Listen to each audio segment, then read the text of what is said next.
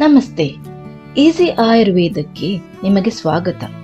ಇಂದಿನ ಪ್ರಶ್ನೆ: ನಾನು ಅಸ್ತಮಾದಿಂದ ಬಳಲುತ್ತಿದ್ದು ಸ್ಟೀರಾಯ್ಡ್ ಇನ್ಹೇಲರ್ಗಳನ್ನು ಉಪಯೋಗಿಸುತ್ತಿದ್ದೇನೆ. ಆದರೆ ನನಗೆ ಶೀತ ಅಥವಾ ಕೆಮ್ಮು ಬಂದಾಗಲೆಲ್ಲ ನನ್ನ ತಾಯಿ ನನಗೆ ಅಗಸ್ತ್ಯ ರಸಾಯನವನ್ನು ನೀಡುತ್ತಾಳೆ. ನಾನು ಈ ಔಷಧಿಯನ್ನು ಬಹಳ ಪರಿಣಾಮಕಾರಿ ಎಂದು ಭಾವಿಸುತ್ತೇನೆ. ಈ ಔಷಧಿಯನ್ನು ದೀರ್ಘಕಾಲ ಸೇವನೆ ಮಾಡಿ ನಿಧಾನವಾಗಿ ಸ್ಟೀರಾಯ್ಡ್ಗಳನ್ನು ನಿಲ್ಲಿಸಬಹುದೇ? ಇದರ ಬಗ್ಗೆ ನಿಮ್ಮ ಅಭಿಪ್ರಾಯವೇನು? ನಿಮ್ಮ ಅನುಭವದಲ್ಲಿ ಯಾರಾದರೂ ಇದಕ್ಕೂ ಮೊದಲು ಈ ವಿಧಾನವನ್ನು ಅನುಸರಿಸಿ ಯಶಸ್ವಿಯಾಗಿರುವರೇ? ಅಗಸ್ತ್ಯ ರಸಾಯನ ಲೇಹ್ಯದ ರೂಪದಲ್ಲಿರುವ ಬಹಳ ಪ್ರಸಿದ್ಧ ಆಯುರ್ವೇದ ಔಷಧವಾಗಿದ್ದು, ಇದನ್ನು ಅಸ್ತಮಾ ಮತ್ತು ಇತರ ಅನೇಕ ಉಸಿರಾಟದ ಕಾಯಿಲೆಗಳ ಚಿಕಿತ್ಸೆಯಲ್ಲಿ ಬಳಸಲಾಗುತ್ತದೆ. ಹೆಸರೇ ಸೂಚಿಸುವಂತೆ ಇದು ರಸಾಯನ ಅಥವಾ ಪುನರ್ಯೌವನಗೊಳಿಸುವ ಔಷಧಿಯಾಗಿ ಕಾರ್ಯನಿರ್ವಹಿಸುತ್ತದೆ ಮತ್ತು ದೀರ್ಘಕಾಲೀನ ಬಳಕೆಗೆ ತುಂಬಾ ಸುರಕ್ಷಿತವಾಗಿದೆ. ರಸಾಯನ ಪ್ರತ್ಯಯದೊಂದಿಗೆ ಕೊನೆಗೊಳ್ಳುವ ಔಷಧಿಗಳನ್ನು ದೀರ್ಘಕಾಲದವರೆಗೆ ತೆಗೆದುಕೊಳ್ಳಬಹುದು ಎಂಬ ಸಾಮಾನ್ಯ ನಿಯಮವು ಅನೇಕ ಔಷಧಿಗಳ ವಿಷಯದಲ್ಲಿ ನಿಜವಾಗಿದೆ. ಉದಾಹರಣೆಗೆ ಅಶ್ವಗಂಧ ರಸಾಯನ, ಬ್ರಾಹ್ಮ ರಸಾಯನ, ಕೂಷ್ಮಾಂಡ ರಸಾಯನ ಇತ್ಯಾದಿ. ಇವುಗಳನ್ನು ನಿಮ್ಮ ವೈದ್ಯರ ಸಲಹೆಯ ಆಧಾರದ ಮೇಲೆ 1 ರಿಂದ 3 ತಿಂಗಳುಗಳವರೆಗೆ ತೆಗೆದುಕೊಳ್ಳಬಹುದು. ಅಗಸ್ತ್ಯ ರಸಾಯನದಲ್ಲಿ ದಶಮೂಲ ಅಥವಾ 10 ಗಿಡಮೂಲಿಕೆಗಳ ಬೇರುಗಳ ಗುಂಪು ಒಂದು ಪ್ರಮುಖ ಅಂಶವಾಗಿದೆ. ಇದು ಉರಿಯೂತ ಮತ್ತು ಎದೆಯಲ್ಲಿ ಕಫ ದಟ್ಟಣೆಯನ್ನು ಬಹಳ ಪರಿಣಾಮಕಾರಿಯಾಗಿ ಕಡಿಮೆ ಮಾಡುತ್ತದೆ.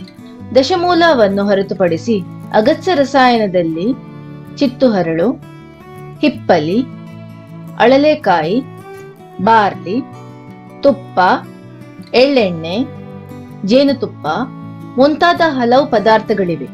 ಈಗ ನಾವು ಅಗಸ್ತ್ಯ ರಸಾಯನದ ಪ್ರಯೋಜನಗಳ ಬಗ್ಗೆ ತಿಳಿಯೋಣ.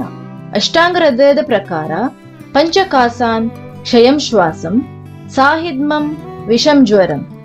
ಅಗಸ್ತ್ಯ ರಸಾಯನವು ಪಂಚಕಾಸಾನ್ 5 ರೀತಿಯ ಕೆಮ್ಮು, ಕ್ಷಯಂ ದೀರ್ಘಕಾಲದ ದೌರ್ಬಲ್ಯ, ಶ್ವಾಸಂ ಅಸ್ತಮಾ, ಸಹಿದ್ಮಂ ಬಿಕ್ಕಳಿಕೆ, ವಿಷಮಂ ಜ್ವರಂ ಪದೇ ಪದೇ ಮರುಕಳಿಸುವ ಜ್ವರ ಇತ್ಯಾದಿಗಳ ಚಿಕಿತ್ಸೆಯಲ್ಲಿ ಉಪಯುಕ್ತವಾಗಿದೆ. ಇದು ಉಸಿರಾಟದ ಶಕ್ತಿಯನ್ನು ಉತ್ತಮಗೊಳಿಸಲು ಸಹಾಯ ಮಾಡುತ್ತದೆ. ಅನೇಕ ತೀವ್ರ ಮತ್ತು ದೀರ್ಘಕಾಲದ ಉಸಿರಾಟದ ಅಸ್ವಸ್ಥತೆಯನ್ನು ಗುಣಪಡಿಸುತ್ತದೆ. ರೋಗ ನಿರೋಧಕ ಶಕ್ತಿಯನ್ನು ಹೆಚ್ಚಿಸುತ್ತದೆ. ಅಲ್ಲದೆ ಅಸ್ತಮಾ ಮತ್ತು ಕ್ಷಯಕ್ಕೆ ತುಂಬಾ ಒಳ್ಳೆಯದು. ಅಗಸ್ತ್ಯ ಹರಿತಕೆಯ ಚಿಕಿತ್ಸಾ ಪರಿಣಾಮಗಳನ್ನು ಮೌಲ್ಯಮಾಪನ ಮಾಡಲು ಸಂಶೋಧನಾ ಅಧ್ಯಯನ ನಡೆಸಲಾಗಿದೆ.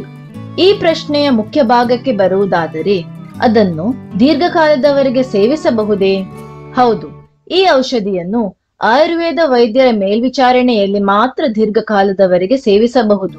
ಅಗಸ್ತ್ಯ ರಸಾಯನವನ್ನು ದೀರ್ಘಕಾಲದವರೆಗೆ ಸೇವನೆ ಮಾಡುವುದರಿಂದ ಉಸಿರಾಟ ಉತ್ತೇಜಕವಾಗಿ ಕಾರ್ಯನಿರ್ವಹಿಸುತ್ತದೆ ಮತ್ತು ಇದು ಕಾಯಿಲೆಯ ತೀವ್ರತೆ ಮತ್ತು ಪುನರಾವರ್ತನೆಯನ್ನು ಕಡಿಮೆ ಮಾಡುತ್ತದೆ. ಪ್ರಶ್ನೆಯಲ್ಲಿ ಅಗಸ್ತ್ಯ ರಸಾಯನವನ್ನು ದೀರ್ಘಕಾಲದವರೆಗೆ ಸೇವಿಸಿ ನಂತರ ಸ್ಟೀರಾಯ್ಡ್ ಇನ್ಹೇಲರ್ಗಳನ್ನು ನಿಲ್ಲಿಸುವ ಬಗ್ಗೆ ಕೇಳಲಾಗಿದೆ. ಕೇವಲ ಈ ಔಷಧಿಯ ಉಪಯೋಗದಿಂದ ಮಾತ್ರ ಇದು ಸಾಧ್ಯವಾಗಬೇಕೆಂದಿಲ್ಲ. ಆದರೆ ಅಸ್ತಮಾ ಕಾಯಿಲೆಯ ಲಕ್ಷಣಗಳು ಮತ್ತು ತೀವ್ರತೆಯನ್ನು ಕಡಿಮೆ ಮಾಡಲು ಇದು ತುಂಬಾ ಪರಿಣಾಮಕಾರಿಯಾಗಿದೆ. ಆದ್ದರಿಂದ ಉತ್ತಮ ಆಯುರ್ವೇದ ಚಿಕಿತ್ಸೆಯ ಕ್ರಮದಿಂದ ನೀವು ಖಂಡಿತವಾಗಿಯೂ 1 ರಿಂದ 2 ತಿಂಗಳ ಅವಧಿಯಲ್ಲಿ ಸ್ಟೀರಾಯ್ಡ್ ಇನ್ಹೇಲರ್ಗಳ ಆವರ್ತನವನ್ನು ಕಡಿಮೆ ಮಾಡಬಹುದು. ಆದರೆ ಎಲ್ಲದಕ್ಕೂ ಮುನ್ನ ದಯವಿಟ್ಟು ಆಯುರ್ವೇದ ವೈದ್ಯರನ್ನು ವೈಯಕ್ತಿಕವಾಗಿ ಸಂಪರ್ಕಿಸಿ ಅವರ ಮಾರ್ಗದರ್ಶನದಲ್ಲಿಯೇ ಮುನ್ನಡೆಯಿರಿ. ಈ ವಿಡಿಯೋ ವೀಕ್ಷಿಸಿದ್ದಕ್ಕಾಗಿ ಧನ್ಯವಾದಗಳು. ಆಯುರ್ವೇದವನ್ನು ಪ್ರಚುರಪಡಿಸುವ ನಮ್ಮ ಈ ಪ್ರಯತ್ನವನ್ನು ಪ್ರೋತ್ಸಾಹಿಸಲು ಸಬ್ಸ್ಕ್ರೈಬ್ ಬಟನ್ ಒತ್ತಲು ತಮ್ಮಲ್ಲೊಂದು ವಿನಮ್ರ ಪ್ರಾರ್ಥನೆ.